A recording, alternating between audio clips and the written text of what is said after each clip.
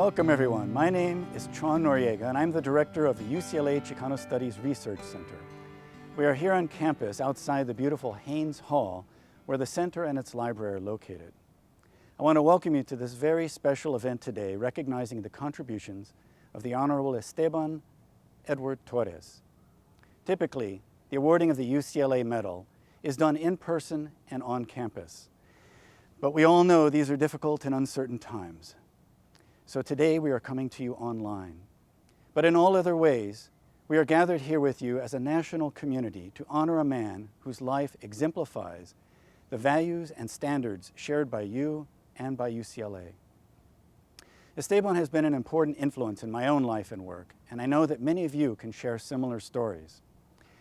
I want to thank Esteban and the Torres family for allowing us to recognize him in this way. Thank you. Shortly, you'll hear from UCLA Chancellor Jean Block, who will present the UCLA Medal, as well as from Esteban himself. The presentation of the award will be followed by a tribute video. Then, I'll be back again to offer some closing words and special thanks to those who have made this event possible. But first, it is my pleasure to introduce Vice Provost David Yu, who oversees the Institute of American Cultures that houses the Ethnic Studies Research Centers at UCLA. So let's go inside. My name is David Yu, and I serve as the Vice Provost for the UCLA Institute of American Cultures, the administrative hub of our Ethnic Studies Research Centers, the American Indian Studies Center, the Asian American Studies Center, the Ralph J. Bunch Center for African American Studies, and the Chicano Studies Research Center. In 2019, as UCLA marked its centennial year, our institute and centers celebrated 50 years of advancing research for social justice. Today, we are really glad to be able to join the Office of the Chancellor and the Chicano Studies Research Center in this UCLA Medal event. It is now my pleasure to introduce the UCLA Chancellor, Jean Block. Greetings. I'm glad you're joining us to honor a local hero and award the UCLA Medal to Congressman Esteban Torres. Esteban Edward Torres was born in Arizona on January 27, 1930. His early years were spent living in a miners' camp of tent dwellings in Miami, Arizona. Depression-era America was unkind to many immigrants, and Mexican Americans endured waves of deportations. Sadly, the Torres family suffered these injustices when Torres was only a small boy and his father was deported in retaliation for his labor organizing. Torres never saw his father again. Growing up during the Depression without a father to help guide him, facing widespread discrimination against Latinos, was a heavy burden. But that burden did not break Torres. Instead, it helped inspire an ethic that guided his career. Organize, organize, organize. Speak up. Never, never give up. Torres lived that ethic and heeded the call to service. He heeded that call to serving in the U.S. Army during the Korean War and earning the rank of Sergeant First Class. After the war, he again heeded the call to service when, while working as a welder in the auto industry, his fellow members in the United Auto Workers Union elected him Chief Steward of the Local 230. He heeded the call to service when he was later appointed the UAW organizer for the Western region of the United States, then as UAW International Representative in Washington, D.C., and later as the union's director for Caribbean and Latin American affairs. His concern for workers' well-being drove his deepening involvement with economic justice issues, and in 1968 he heeded the call to service again by beginning the East Los Angeles Community Union, a community action organization that became one of the nation's largest anti-poverty agencies under his guidance. Torres' leadership impressed people beyond Los Angeles, of course, and in 1977 President Jimmy Carter appointed him permanent representative to the United Nations Educational, Scientific, and Cultural Organization, or UNESCO, an ambassador-level position that he followed by serving in the White House Office of Hispanic Affairs from 1979 through 1981 under President Carter. In the early 1980s, seeing clearly that people of color and those of modest income were being cut out and left behind by supply-side economics, Torres declared, Our cities are really in a state of decay. Our road systems, our bridges, our waterways, our court facilities. Torres ran for Congress and was elected in 1982. He went on to win several re-election campaigns with overwhelming support. Among other duties, Torres sat on the Banking, Finance, and Urban Affairs Committee, the Small Business Committee, and the Appropriations Committee, and chaired subcommittees on consumer affairs, environment, and labor. As a laborer and union leader, Torres deeply understood that economic vulnerabilities faced by many Americans were made worse by the banking and finance industries. So he authored the Truth in Savings Act. That law required banks to disclose clear information about fees terms and conditions for savings accounts. He also helped pass legislation to improve consumers' access to their credit histories and to allow them to more easily challenge errors in their credit reports. Torres also established himself as an environmental justice advocate and helped develop the Hazardous Waste Control Act of 1983, which required landfill owners to conduct studies on the health risks their properties pose to nearby communities. While the absence of his father deeply impacted him, so did the presence of his mother and grandmother. As he explained, they were very strong women, very educated, and very proud to be Mexicans. They instilled that pride in Torres, and it helped him lead to serve the Congressional Hispanic Caucus and become an example of effective leadership at a time when few Latinos were present at the highest levels of our government. His commitment to the community was matched only by his commitment to the family he created with his wife Arce, with whom he raised 5 children: Carmen, Camille, Selena, Esteban, and our very own Rena. I have no doubt that Rena's enormous contributions to UCLA have been inspired by her father's example of service. At UCLA, we teach our students to care deeply and to work hard, to seek common ground and to prize the public good, to build bridges and create pathways for those who come behind. Esteban Torres has done all that and more. It is for these reasons that I am proud to bestow upon him the UCLA Medal. Before we hear from Congressman Torres, I'd like to read the citation that accompanies the UCLA Medal, which says, Esteban Torres, from the U.S. Army Corps of Engineers to the U.S. House of Representatives. From the inner cities to the international stage, you have put service at the center of your professional life. As a legislator, labor leader, activist, and diplomat, you have demonstrated a keen understanding of the ways government policy translates into real impact on individual lives. Your legislative career has produced protections for the safety, health, and well-being of people often overlooked by the powerful and the comfortable. Your willingness to confront hard issues like poverty, environmental racism, arms control, consumer protection, domestic violence, and more demonstrates a vigorous commitment to the public good writ large.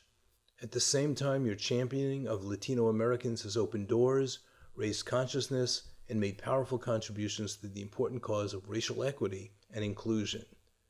Your legacy includes the legislation you helped pass, the high school that bears your name, and the lives of those who have benefited from your care and concern.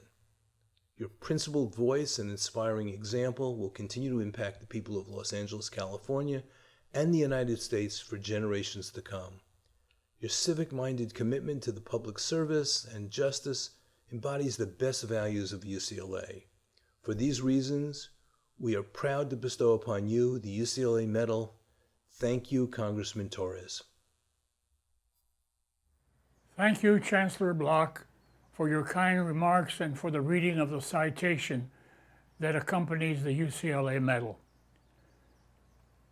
You have my respect and appreciation for your outstanding leadership. You have brought this world-renowned educational institution into the future, and I am truly honored to receive this award. I want to thank Chon Noriega of the Chicano Studies Research Center and Vice Provost David Yu of UCLA's Institute of American Cultures in calling for my nomination, and I'm grateful and humbled by their gesture. I thank you for supporting them and the work of the Institute and the centers.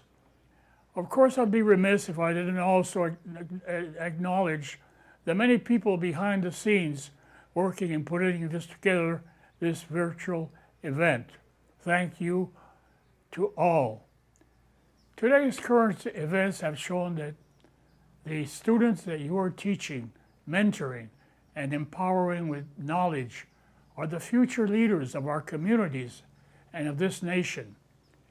Education is key. It is their turn to lead.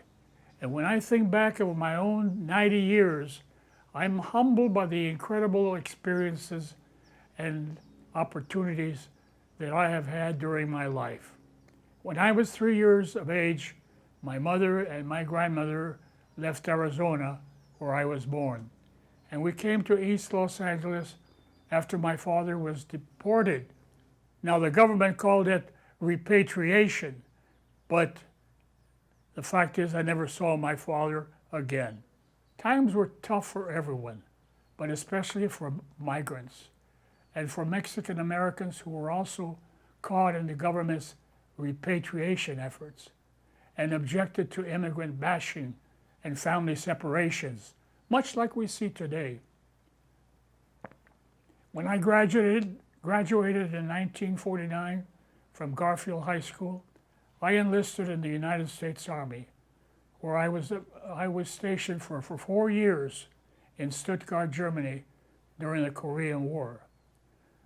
The Army opened up the world to me, and when I returned home to East LA, the little girl I had known since we were children was now 18 years old.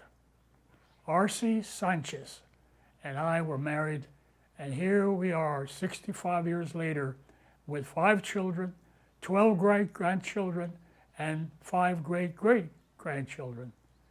To support our growing family, I worked as a welder at the Chrysler auto plant in Maywood, California. Now, then I joined the union, the United Auto Workers Union, and I ran for shop steward to advocate for my fellow assembly line workers and to address the social and economic disparities that I too had experienced in growing up. Later, the UAW appointed me as an international labor organizer, and I became their director of Hispanic Affairs in our Washington, D.C. office. My mission was simple: to organize automotive industry workers in the Western Hemisphere, primarily in Argentina, Chile, Peru, and Mexico. In the 60s, there were only a handful of Mexican Americans living in Washington, D.C. But we came together with other progressives to fight for social justice, racial equality, workers' rights, and an end to the war that was taking the lives of too many Chicano kids from our hometown and from across the Southwest. At the same time, 3,000 miles away in California, Cesar Chavez and Dolores Huerta were organizing the farm workers and engaged in boycotts of lettuce and grapes and calling for fair wages and living conditions for our essential agricultural workers. UAW President Walter Reuther and his brother Victor, who were my mentors, were early supporters of the civil rights movement, Cesar Chavez's organizing efforts, and other social initiatives that would better the lives of working people. With the Reuther support, I returned to East Los Angeles with a Ford Foundation grant and co-founded the East Los Angeles Community Union, TELECU. TELECU was known by its name, to provide economic opportunities and give political voice to our community. I was also involved in the labor organizing work of Chavez. Working with other Chicano and Chicano activists here in California and throughout the Southwest during the Chicano movement, I was elected president of the Congress of Mexican American Unity. University students, including your very own UCLA, were making their voices heard and bringing about important changes to the cause. In 1977, Jimmy Carter nominated me as a U.S. permanent representative with ambassador rank to UNESCO, and we moved to Paris, France. As he was preparing for his second run in the presidency, my family and I returned to Washington, D.C., and I joined his senior staff as a special assistant for Hispanic affairs in the White House. But then with Carter's loss, I planned to return to the UAW to continue organizing, but was called upon to run for another newly created congressional seat in my hometown of Los Angeles. I was elected in 1982 to the U.S. House of Representatives, and the next 16 years, I proudly served the 34th Congressional District, which included large portions of the San Gabriel Valley. I wasn't a young man anymore. The grueling work and constant cross-country travel were taking its toll. The political scene was becoming more and more divisive, perhaps tame in comparison to now, but it was really the beginning of where we're at today. I retired in 1999, knowing that this was a time for the next generation of activists and leaders who were gaining political momentum and successes at the national, state, and local levels. They were taking up the fight for immigrant rights, racial equality, social and economic justice, and educational equality. UCLA's faculty and its world-renowned scholars, your students, and many people who call UCLA home continue this very important work. I'm honored to receive the UCLA Medal, and I'm grateful to you, to my wonderful family, and everyone who has honored me today. Thank you. Thank you. I'm Javier Becerra, Attorney General for the state of California. And to Esteban Torres, I want to congratulate him on once again being honored by our state, and in this case UCLA, for being such a great American and certainly a great Californian. I've known Esteban and considered him a friend for nearly 30 years. He and RC are like family to me and my wife. In fact, when I got elected to Congress in 1992, Esteban offered me a home in Washington, D.C. as I traveled to settle into my new job as a member of Congress. He and RC were not only generous, but they became the backbone of my work in Washington, D.C. I was able to learn from Esteban. I was able to understand the world of Washington through Esteban, and he and RC became dear, dear friends over the years. I consider Esteban Torres a mentor, a dear friend, and a great American who has contributed immensely to the improvement of the opportunity for working Americans. He is grassroots, he is salt of the earth, but he also is a fighter and a champion. And I want to thank him for all the work that he has done to elevate people who never had much opportunity, to give them hope, and more importantly, give their children the chance to dream. I have any number of great stories about Esteban Torres, about the decisions he made moving forward when he got onto the Appropriations Committee as one of the very few Latinos in the Congress of the United States to actually be there helping decide where to pull the purse strings. I remember the fights that we engaged in on behalf of the folks in California, on behalf of working people, trying to make sure that we were representing the people who work so hard but get very little attention. And I remember a particular case where, still as a new member in Congress in my first term, we were running up the steps of the east steps of the Capitol on our way to go vote before time expired. And as we were dashing up those stairs, I turned to Congressman Torres and I said, Esteban, you know, sometimes I forget the place we're about to step into. And right there in the middle of the steps, he stopped me, grabbed my shoulder and stopped me, and he said, turn around. And there you could see the panorama of the Supreme Court, the Library of Congress, the Jefferson Building, and of course the office buildings of Congress. And in that majesty, he said to me, Javier, never forget where you're about to enter, because very few Americans, especially those like us, have ever had that opportunity. I never forgot. And I've always remembered that because in his very humble way, he sent a very powerful message. When you have a chance to do something like that, be a member of Congress, change the world for those who never had an opportunity, never forget. And so Esteban, to you and to Arce, to all your family, just know I never forget how much of a friend you were, how much you always treated me like family, but how much, most importantly, you have meant to the United States of America. Thank you for all your contributions. Be well.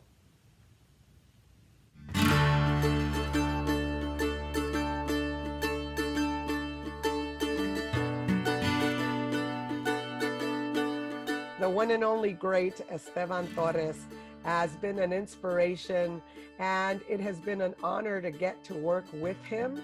When we created the first school in over 80 years in East Los Angeles, the name Esteban Torres has been a symbol in so many ways of the possibilities for a kid like me and for the kids in our school district. He comes from very, very humble beginnings in Arizona. His father was deported to Mexico when Esteban was 3 years old. And in spite of all those hardships, with a large family raised by his mother, Esteban was very much a self-made man who served in the military, got a job in the auto assembly plant here locally, I believe in Southgate, became very active, involved in the unions, and is also a very good artist and sculptor. So how do I know Esteban? Well, I certainly knew him before I ever met him. He's a legendary figure among the generation coming out of the 40s that really pushed to get political representation and to be able to serve their community through local, state, and federal government. Esteban really pushed for Latino representation both in front of and behind the camera. And he did serve in the Carter administration, first as the ambassador to UNESCO, where he was based in Paris, and later as a special assistant to President Carter, directly in the White House.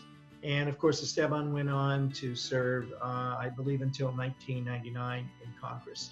I got to see firsthand what a statesman he was, what a diplomat he was, how well he worked with people, how he was able to look at situations and look at issues, analyze them, and bring people together to address them. He comes out of labor organizing, and I think labor organizing is a core skill that can really serve any effort aimed at social justice. He's truly a wonderful, thoughtful, and highly informed person about the world. When you meet with Esteban, you meet a man with tremendous integrity, a man who is deeply engaged in and committed to the world, and a man who knows exactly where he comes from and who he is. And you have a wonderful dialogue with him. And at the end of that, you realize you've agreed to do something. And that in doing that something, it will help things get better. A couple things really stood out to me that resonate with our institute and our centers. The first was your art. And the second area is your commitment to social justice. Congressman Torres, congratulations. So on behalf of all of us at La Plaza, we want to wish him all the best and congratulate him on this very important work. Congratulations, Esteban, on receiving the UCLA Medal. It's a well-deserved recognition for a life dedicated to public service. And at the same time, UCLA is better for having you on our list of UCLA Medal recipients and for being the stewards of your legacy through the papers you have established here. Thank you. I will just say thank you, Congressman Torres, for leading and loving and believing in so many of us that have benefited from your life's work.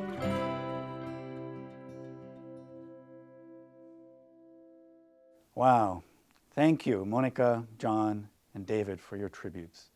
And thank you, Chancellor Block, for giving us a very moving sense of Esteban's life and career over the last 90 years. I want to thank everyone who helped make this event possible. You'll see their names listed in the credits that follow. Esteban, you have our admiration, our gratitude, and our love. I first met you in 1999 as you were retiring from the House of Representatives. And rather than rest on your laurels, you went on to chair the National Latino Media Council for 17 years.